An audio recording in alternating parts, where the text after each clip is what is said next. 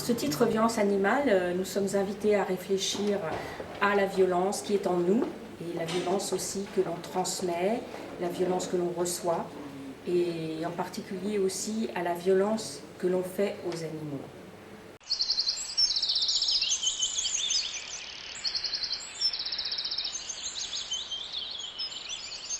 Dans les tableaux C'est pas grave, on voit un soldat qui enlace un paon d'une manière très tendre et très douce, alors que lui-même, ce soldat, a un costume vraiment guerrier. Dans ses mains, il tient un œuf qui, si on regarde bien, n'est pas du tout un œuf, mais une grenade.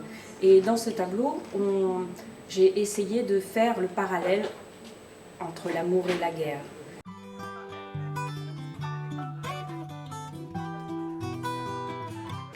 Le cerf symbolise un grand sentiment de liberté et aussi une force de la forêt. Pour moi, les cerfs sont des animaux que j'ai toujours eu l'impression d'avoir sous les yeux depuis que je suis née. Il y a toujours eu une imagerie de cerfs, de lapins, d'animaux chassés dans ma famille. Et c'est un animal qui ne m'est pas du tout étranger, que j'ai l'impression de bien connaître. Et puis aussi les oiseaux, c'est vrai, il y a toujours beaucoup d'oiseaux. Je pense que l'homme s'identifie facilement à l'oiseau.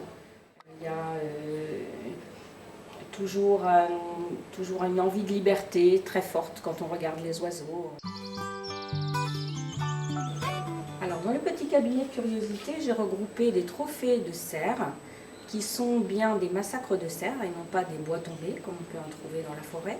Ce sont bien des animaux qui ont été chassés. Et je les ai regroupés dans cette ambiance pour donner une ambiance un peu de salle à manger, quelque chose que j'ai bien connu.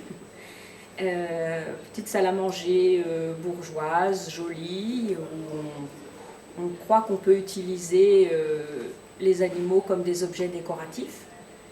Et je souhaite dans ce petit endroit intime que les gens se posent des questions sur leur relation à l'animal. Pourquoi a-t-on toujours besoin d'utiliser les animaux? Est-ce qu'on les souhaite comme compagnons ou est-ce qu'on souhaite les exploiter de plus en plus?